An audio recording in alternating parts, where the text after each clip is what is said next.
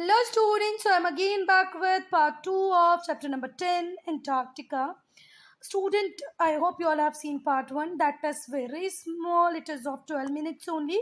By mistake, pause की जगह off का बटन दब गया और वीडियो वहीं पर मुझे एंड करना पड़ा. So अब हम लोग पढ़ेंगे part 2.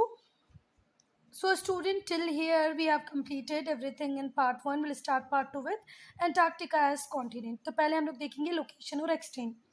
अंटार्कटिका वर्ल्ड का सदर्न मोस्ट कॉन्टिनेंट है. पूरी दुनिया का सबसे साउथ में जो कॉन्टिनेंट है वो कौन सा? ये बचा अंटार्कटिका. और इसी के अंदर आता है हमारा साउथ पोल. ये पूरा कॉन्टिनेंट है जैसे कि अंटार्कटिका, और बीच में है हमारे साउथ पोल. ठीक है, तो ग्लोब का ये वाला जो पार्ट होता है ये साउथ पोल, और इसके आसपास क्या है? अंटार्कटिका. ये सिचुएटेड है एंटार्क्टिक रीजन में, सदर्न हेमिस्फीयर के एंटार्क्टिक रीजन में. Almost entirely south of Antarctic circle is surrounded by southern ocean. और पूरे के पूरे जो एंटार्क्टिका है उसको कवर करता है सदर्न ओशन, जिसको कभी हम एंटार्क्टिक ओशन भी बोल देते हैं. इनकी जो पॉपुलेशन है, population is about 4090 in 2011. Population देखो कितनी ज़्यादा है, 4490. 2011 में जो सेंसस हुआ था उसमें पॉपुलेशन थी बस थोड़ी सी 4490. एरिया है, कितना बड़ा एरिया है भाई?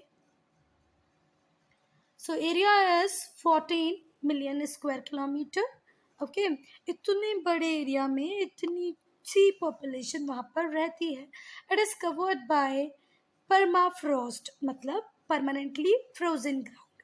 जो ग्राउंड है उस पर मोटी सी एक चादर बिछी हुई है. किसकी बच्चा? आइस की. तो जो एरिया है वो है 40 मिलियन स्क्वायर किलोमीटर, और जो लोग रहते हैं वो है 4490. और ये परमाफ्रोस्ट है. परमाफ्रोस्ट का मतलब क्या होता है? परमाफ्रोस्ट का मीनिंग होता है परमानेंटली फ्रोजन ग्राउंड. ये फिफ्थ लार्जेस्ट कॉन्टिनेंट है after Asia, Africa, north America, south America. सबसे बड़ा कॉन्टिनेंट है एशिया, फिर सेकेंड नंबर पे अफ्रीका, थर्ड नंबर पे नॉर्थ अमेरिका, थर्ड नंबर पे साउथ अमेरिका, और फिफ्थ नंबर पे आता है हमारा Antarctica. About 98% of Antarctica is covered by ice. जो 98% एंटार्क्टिका है वो बच्चा हमेशा किससे कवर रहता है? आइस से कवर रहता है, बर्फ से ढका हुआ रहता है. और जो आइस की थिकनेस है, oh my God, 1.6 kilometre in thickness. मोटाई में ये है 1.6 किलोमीटर. 80% ये जो एरिया है इसका 80% निकालना. आप जो भी हमने देखा इसका आप 80% निकाल लो. उतने एरिया में बर्फ ही बर्फ जमी हुई है, और वो भी कितनी मोटी, 1.6 किलोमीटर की थिकनेस की. अगर हम एवरेज की बात करें, ऑन एन एवरेज जो क्लाइमेट है वो कैसा रहता है? कोल्डेस्ट ठंडी रहेगी, ड्राइएस्ट सूखा रहेगा, विंडीएस्ट हवाएं चलती रहेंगी, सूखा रहेगा और ठंडा रहेगा. And has had height elevation of 2000 metres above the sea level. Sea level से जो हाइट है वो है 2000 मीटर की. कोल्ड है, कोल्डेस्ट है, सबसे ज़्यादा ठंडा है, सबसे ज़्यादा ड्राइएस्ट है, और विंडीएस्ट है. हवा भी भयंकर चलती है, भयंकर ठंडा, भयंकर ही सूखा है. हाइट कितनी है? 2000 metre above sea level. If somebody ask you write down the name of largest hot desert, तो क्या बोलेंगे आप? सहारा. पर बच्चा वहीं पूछे कि लार्जेस्ट कोल्ड डेजर्ट, तो आप क्या बोलेंगे? एंटार्क्टिका. तो एंटार्क्टिका इज अ डेजर्ट जहाँ पर एनुअल प्रेसिपिटेशन सिर्फ 200 mm होता है, 8 इंचेस होता है. और वो भी सिर्फ कहाँ पर? कोस्टल एरिया में, इंटीरियर एरिया में नहीं, सिर्फ कोस्टल एरियाज में थोड़ा बहुत प्रेसिपिटेशन होता है. क्योंकि अभी हमने देखा कि साउथ पोल को चारों तरफ से कवर करता है आपका एंटार्क्टिका, और एंटार्क्टिका को चारों तरफ से कवर करता है southern ocean.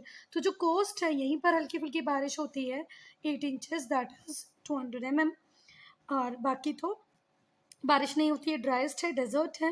The temperature in Antarctica has reach to -89 degree Celsius. -89 तक यहाँ पर टेम्परेचर होता है.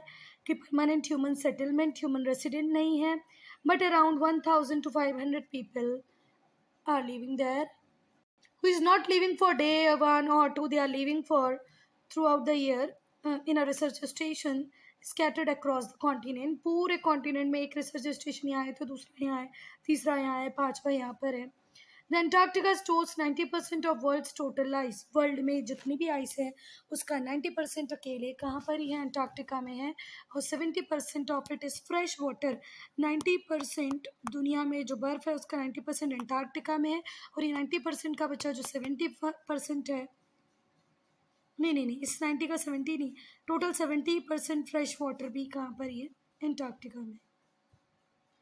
Now we'll talk about the boundaries. Antarctica surround करता है बहुत सारी seas से। Of the 3 oceans of the world, 3 ocean हैं वर्ल्ड के, बहुत सारी सीज हैं जो किसके आसपास ही हैं, अंटार्कटिका से बाउंड्री बनाती हैं, जैसे कि Pacific ocean, Atlantic ocean, Indian ocean.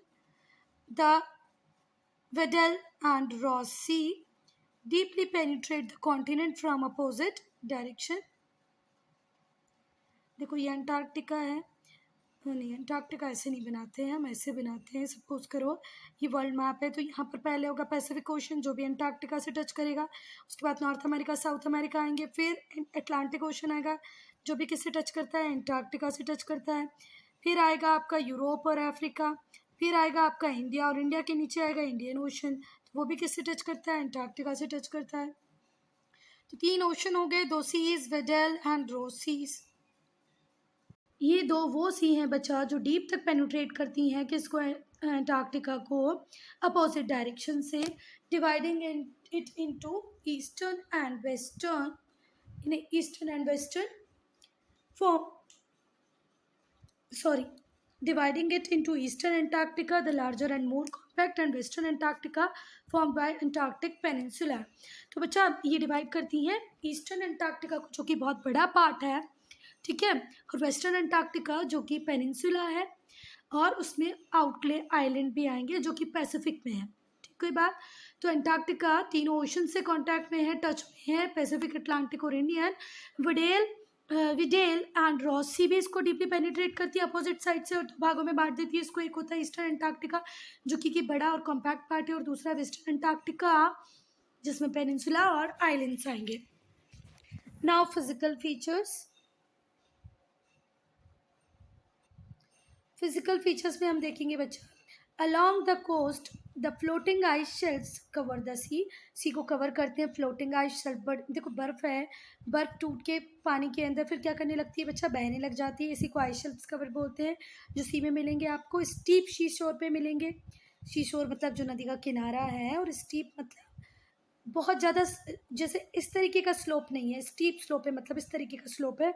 तो यहाँ पर बहुत सारे क्या मिल जाएंगे आपको, आइस शेल्फ से मिल जाएंगे।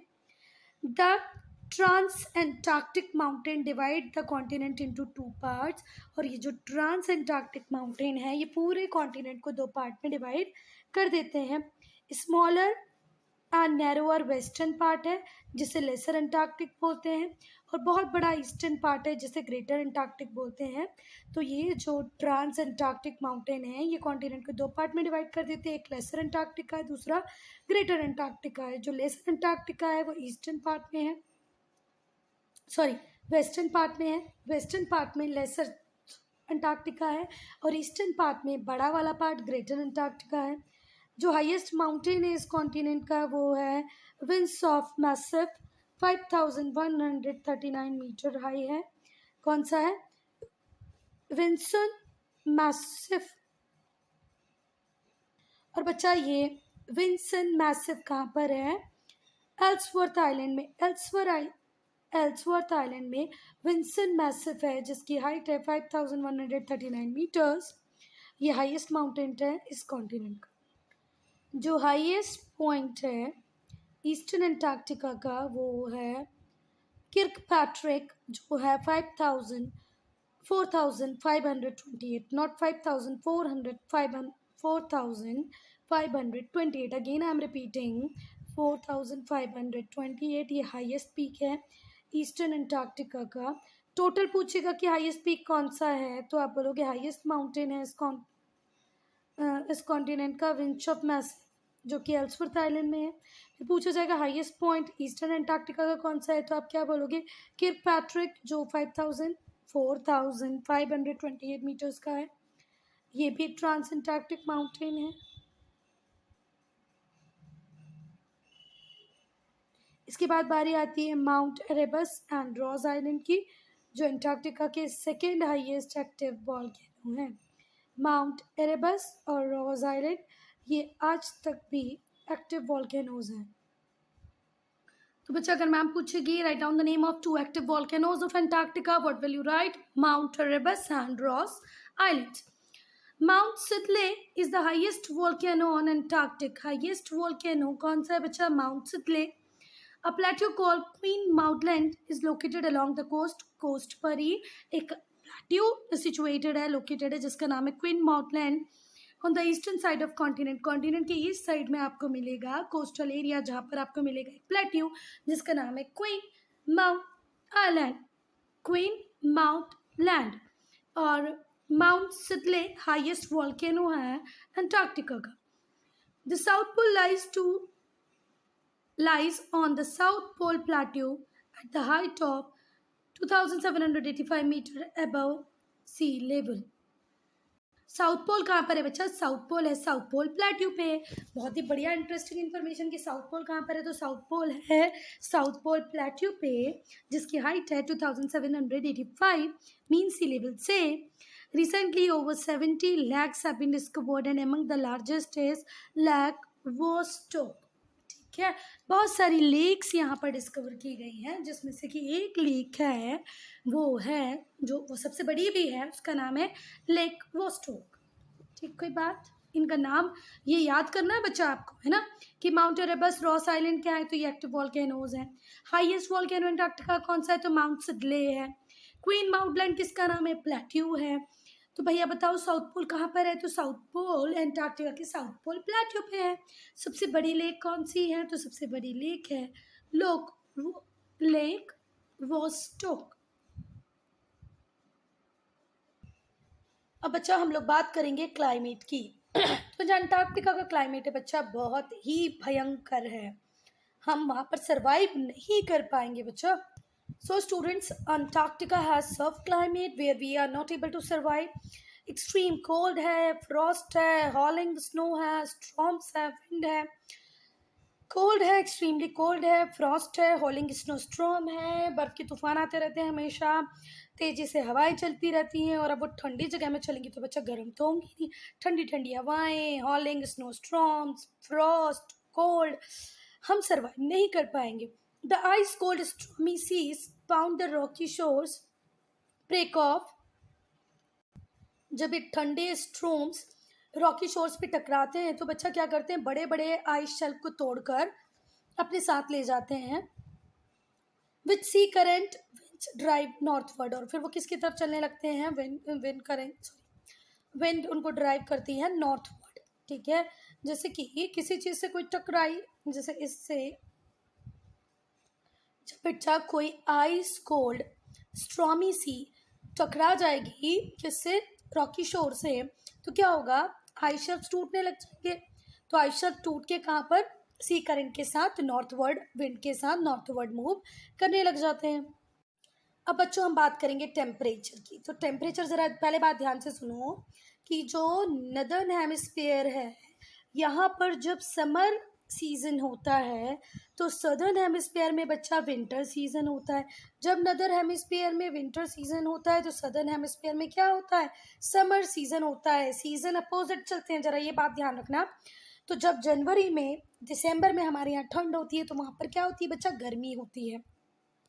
तो अगर मैं टेम्परेचर की बात करूँ तो समर्स में मतलब गर्मियों में हमारी ठंडी होती है जनवरी में, तो उनकी क्या गर्मी होती है समर्स में। समर्स में मतलब जनवरी में टेम्परेचर -28 डिग्री सेल्सियस होता है। वहीं पर ठंडियों में, ठंडी कब आती है वहाँ पर, जुलाई, हमारे यहाँ गर्मी आती है जुलाई में। वहाँ पर अपोजिट होता है, नदर्न हेमिस्फीयर का सीजन जो होगा बिल्कुल अपोजिट होगा सदर्न हेमिस्फीयर का। ठीक है, मंथ में अगर आप देखोगे हमारे यहाँ जनवरी में ठंडियाँ आती हैं, वहाँ पर जर्मनी में गर्मियाँ आती हैं। हमारे यहाँ जुलाई में गर्मी होती है, वहाँ पर विंटर होती है। तो विंटर्स में जो टेम्परेचर होता है वो -50 डिग्री सेंटीग्रेड तक सेल्सियस तक हो सकता है।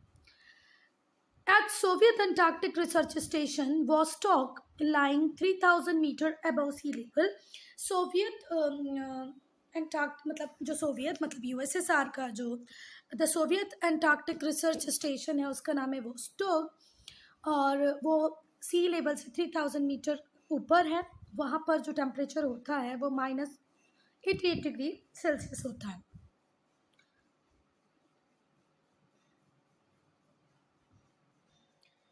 Humidity Antarctica is very low. बच्चा ह्यूमिडिटी का क्या होता है, जब जो पानी होता है वो वेपर बन के ऊपर उड़ जाए और किस में मिल जाए, एयर में बन जाए। तो वेपर बनने के लिए क्या चाहिए, सन की हीट। सन की हीट अंटार्कटिका में होती ही नहीं है, तो क्या वेपर मिलेगा, वेपर बनेगा ही नहीं, तो एयर में मिलेगा ही नहीं, एयर में मिलेगा ही नहीं तो ह्यूमिडिटी बनेगी ही नहीं। Humidity means the presence of water vapour in air. तो वाटर वेपर बनने के लिए क्या चाहिए, हीट चाहिए, हीट है ही नहीं अंटार्कटिका में, तो यहाँ पर जो ह्यूमिडिटी होती है वो बहुत कम होती है। As the moisture in air freezes, जो भी मॉइस्चर होता है वो जम जाता है। देयर आर 4 और 5 months of continuous daylight in summer, November to फरवरी।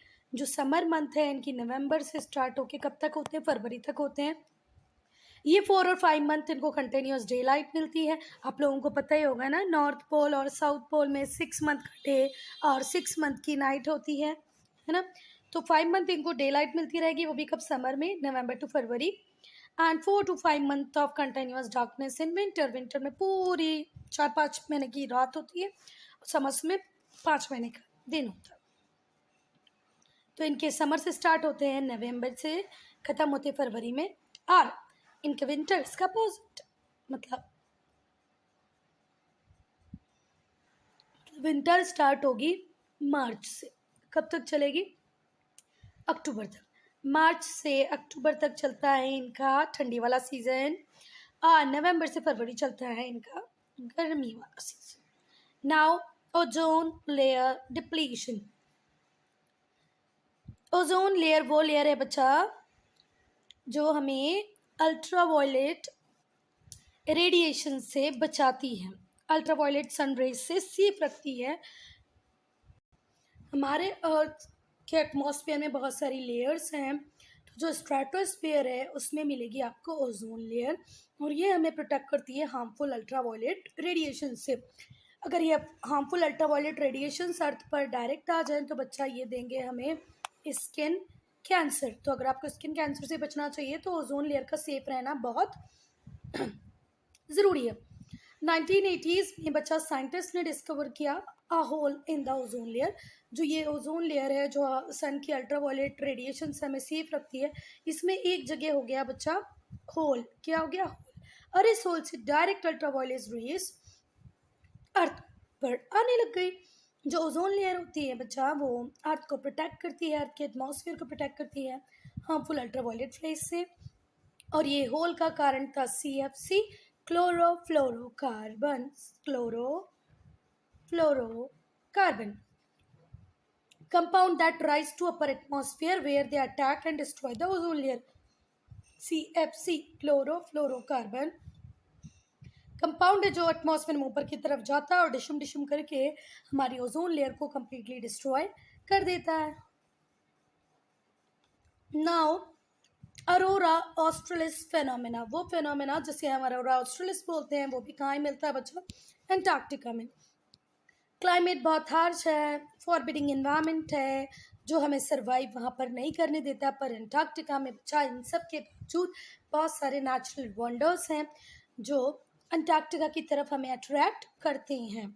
ठीक है, Antarctica holds many natural wonders for travellers who visit the region. जो उस रीजन को विजिट करेगा उसके लिए बहुत सारे नेचुरल वंडर्स हैं अंटार्कटिका में। One of this is Arora australis phenomena, उनमें से एक है Arora australis phenomena. It is caused by solar winds colliding with the earth magnetic field। जो सोलर विंड है, कौन सी विंड बच्चा, सन से आने वाली जो सोलर विंड है ये कोलाइड करती हैं अर्थ की मैग्नेटिक फील्ड को, जो नॉर्थ पोल और साउथ पोल इस मैग्नेटिक फील्ड को कोलाइड करती हैं। More than 1 million megawatt of power, कितना, जरा ध्यान से सुनना, more than 1 million megawatt of power. पापा से पूछना कि जो मशीनें वगैरह होती हैं आपके घरों में वो कितने मेगावाट की होती है, और फिर अंदाज़ा लगाना कि मिलियन मेगावाट कितना ज़्यादा होता होगा। और वो नाइट स्काई में लिट कर जाती हैं, चमकती हैं, लाइट दे देती हैं। The best time for tourists to glimpse this incredible sight is on clear night with few clouds around midnight. Midnight मतलब रात के 12 बजे के करीब, जब स्काई बिल्कुल क्लियर हो, थोड़े बहुत ही बादल हो, तब ये इनक्रेडिबल साइट आप देख सकते हैं और ये बहुत ही अट्रैक्टिव होता है। ठीक है, इसमें तो ये बहुत अच्छा इमेज नहीं दिख रहा है बच्चा, मैं वीडियो को ज़्यादा लंबा नहीं करना चाह रही, इसलिए मैं भी डाउनलोड नहीं कर रही हूँ। बाकी आप लोग गूगल पे जाके सर्च करें अरोरा ऑस्ट्रेलिस, अरोरा बोरेलिस, तो आपको मिल जाएगा ये बहुत ही सुंदर सा नज़ारा। अब अच्छा, ये जो ग्लोबल वार्मिंग हम कर रहे हैं, ग्लोबल वार्मिंग का मतलब क्या होता है? गर्मी, मतलब टेम्परेचर जो अर्थ का हम बढ़ा रहे हैं। अब मैं ऐसे क्यों बोल रही हूँ हम बढ़ा रहे हैं बच्चा? क्योंकि हम ही बढ़ा रहे हैं, हम ही कार्बन एमिट कर रहे हैं बहुत सारे व्हीकल्स से, हम ही रेफ्रिजरेटर का यूज़ कर रहे हैं, हम ही एसीज का यूज़ कर रहे हैं, है ना? तो हम अर्थ के टेम्परेचर को कंटिन्यूसली बढ़ा रहे हैं और इसके बढ़ने से क्या हो रही है? Global warming. और इस ग्लोबल वार्मिंग के क्या साइड इफेक्ट्स हो रहे हैं हमारे अंटार्कटिका पे? जो टेम्परेचर है अंटार्कटिका का वो बढ़ता जा रहा है। As a hole is predicted to rise a small amount over the next 50 years. थोड़ा स्मॉल अमाउंट में टेम्परेचर पूरे अंटार्कटिका का बढ़ जाएगा आने वाले 50 सालों में। और जो रेट है आइस मेल्ट का, बर्फ के पिघलने का, is expected to be at least offset by increased snowfall as a result of this warming। तो बच्चा, जो स्नोफॉल होने वाली है उससे भी ज़्यादा जो आइस है वो मेल्ट होने लग जाएगी। जो ये जो किसकी वजह से? इस वार्मिंग की वजह से। ये जो टेम्परेचर राइज कर रहा है कंटिन्यूसली, इससे बहुत सारे आइस शेल्फ जो होंगे वो ब्रेकअप हो जाएंगे और ओशन में फ्लोट करने लग जाएंगे। It may cause the glacier to spread up their flow rate considerably. और यहाँ पर जो ग्लेशियर्स का रेट है स्प्रेड अप, और यहाँ पर देखो ये जो आइस है, ये जो बड़े बड़े आइस शेल्फ अब कहाँ चले जाएंगे बच्चा? ओशन में चले जाएंगे। तो तुम्हें नहीं लगता ये ओशन के जो सी का जो लेवल है, ओशन का जो लेवल है उसे राइज कर देंगे जब ये मेल्ट होंगे? तो ठीक हुई बात। जैसे ये बर्फ़ है, ये बर्फ़ कब तक बर्फ़ रहेगी? जैसे ये ओशन के वाटर के, जैसे तुम लोग एक ग्लास में बर्फ़ डालते हो तो क्या वो बर्फ़ एज इट इज़ बनी रहती है? नहीं, वो पानी बन जाती है। तो ये बर्फ़ भी बाकी जाके क्या बन जाएगी? पानी। तो ये ओशन जो है इसका लेवल थोड़ा सा राइज हो जाएगा। ठीक है,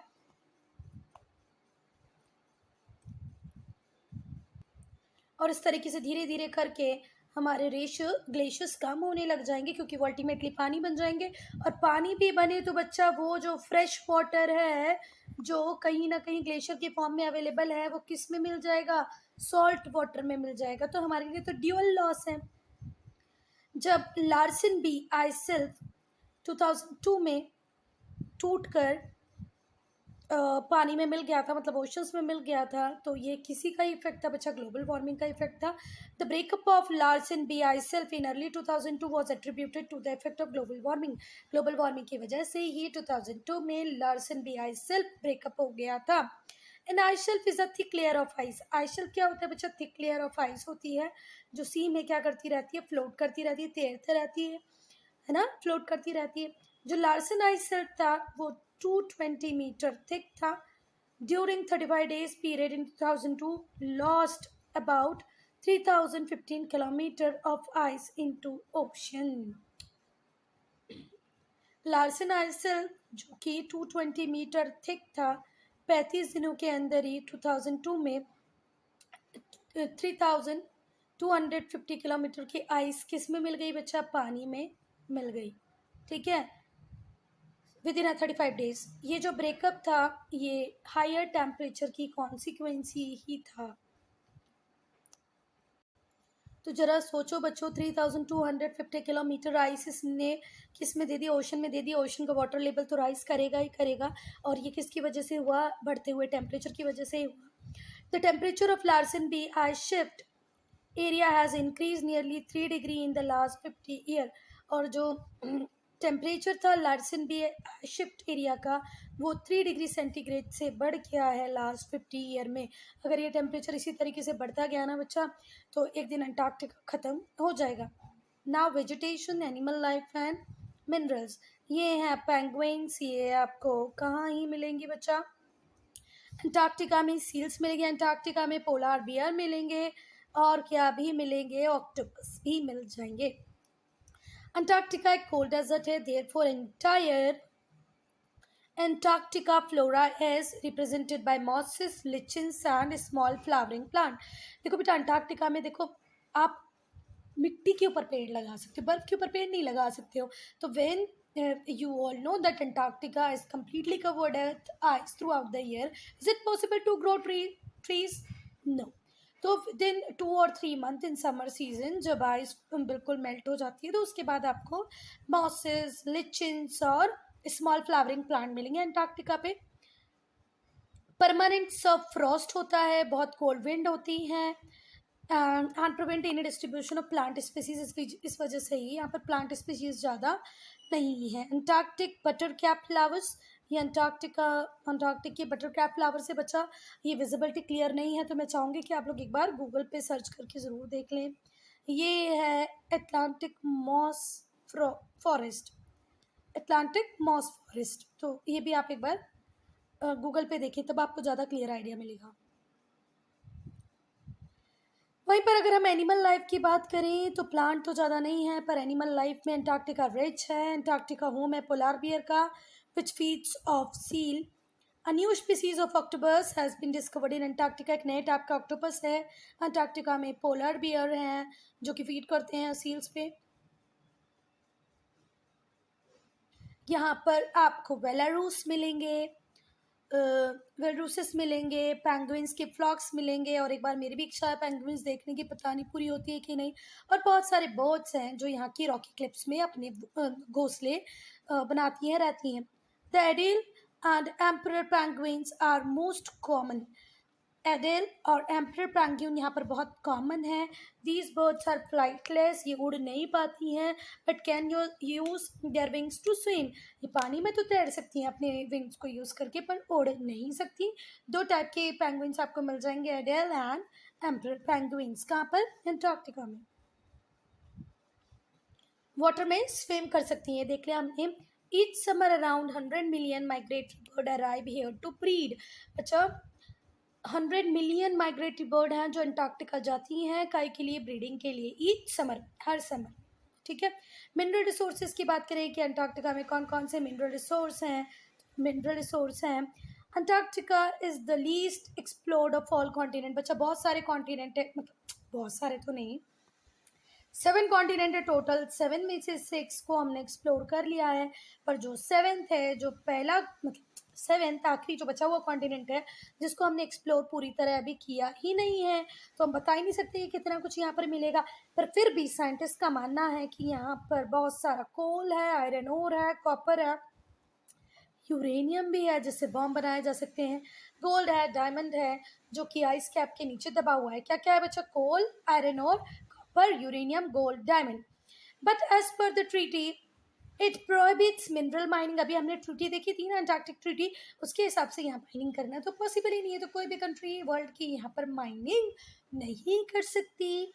पर यहाँ पर क्या क्या है? कोल, आयरन और copper, uranium, gold and diamond. However, scientists have discovered a new microorganism in the ice core of Antarctic, which may throw new light on the origin of life and also the solar system. बच्चों पर कुछ scientist ने अभी कुछ नए micro organism को ice core के अंदर देखा है.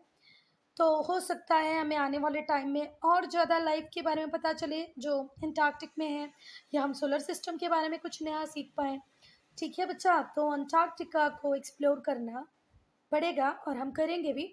So student, I'm ending this video here only. If you have any doubt, any problem, do write in comment section.